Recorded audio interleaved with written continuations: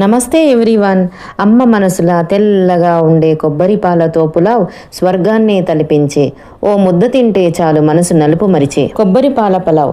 ఇది బిర్యానీ కాదు, వెజిటబుల్ పులావ్ కాదు, కానీ ఒక ప్రత్యేకమైన కలయిక, అచ్చమైన తెలుగుతనంతో గుండెకు తాకే రుచి. మరి అలాంటి రుచిని మన సొంతం చేసుకుందామా? ఇక ఆలస్యం ఎందుకు, come on let start. 1/2 kilo rice చేయడానికి మీడియం సైజ్ కోకోనట్ని చిన్న పల్చని ముక్కలుగా ఇక్కడ చూపిస్తున్న విధంగా కట్ చేసుకోవాలి.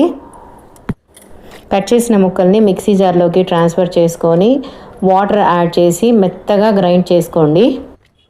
తర్వాత అందులో ఉన్న పాలను ఫిల్టర్ చేసుకోండి. అది ఫస్ట్ ఎక్స్ట్రాక్టెడ్ మిల్క్ అవుతుంది. చూడండి, ఇలా కొబ్బరి పాలలో చాలా పోషక విలువలు ఉన్నాయి. కొబ్బరి పాలు ఎముకలను బలోపేతం చేస్తాయి, రోగనిరోధక శక్తిని పెంచుతుంది, గుండె ఆరోగ్యాన్ని పెంచుతుంది, చర్మ కేశ సౌందర్యాన్ని పెంచుతుంది.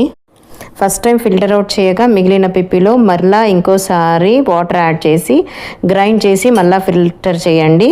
దాన్నే సెకండ్ ఎక్స్ట్రాక్టెడ్ మిల్క్ అంటారు. చూడండి, ఇలా అది పలుచగా ఉంటుంది. ఇప్పుడు 2 బౌల్స్లో ఒకటి ఫస్ట్ ఒకటి సెకండ్ ఎక్స్ట్రాక్టెడ్ మిల్క్. ఈ పిప్పిని చెట్లకి ఇవ్వండి. స్టవ్ వెలిగించి పాత్ర వేడయ్యాక అందులో 3 టీ స్పూన్స్ ఆయిల్, లవంగాలు, దాల్చిన చెక్క, బిర్యానీ ఆకు, కట్ చేసుకున్న 3 ఆనియన్స్, 8 పచ్చిమిరపకాయలు, అల్లం వెల్లుల్లి పేస్ట్, కట్ చేసుకున్న 3 టమోటోలు, కొత్తిమీర, పుదీనా యాడ్ చేసి బాగా ఫ్రై చేయాలి. రుచికి సరిపడా సాల్ట్ యాడ్ చేయాలి. 3 టీ స్పూన్స్ ధనియాల పొడి యాడ్ చేయాలి. ఇప్పుడు second time extracted milk add చేయాలి. ఎసరు బాగా బాయిల్ అయ్యేటప్పుడు నానబెట్టిన బియ్యాన్ని యాడ్ చేయాలి.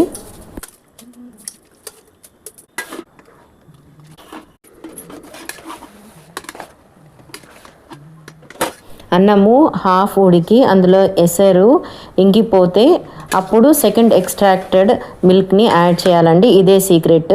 డైరెక్ట్ కనుక మీరు మిల్క్ యాడ్ చేశారంటే ఫస్ట్ టైమే అది కడ్డలు అయిపోతుంది milk, first extracted milk. And అన్నము కొంచెం కూడా మీరు తినలేరు, బాగోదు.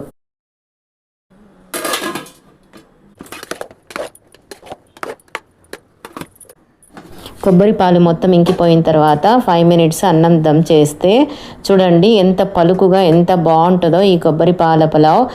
చాలా రుచిగా కూడా ఉంటుందండి. మీరు కూడా ప్రయత్నించండి. కొబ్బరి వాసనలతో తెలుగునాటి ప్రేమను టిఫిన్ బాక్సులో పెట్టుకునేలా ఉంటుంది.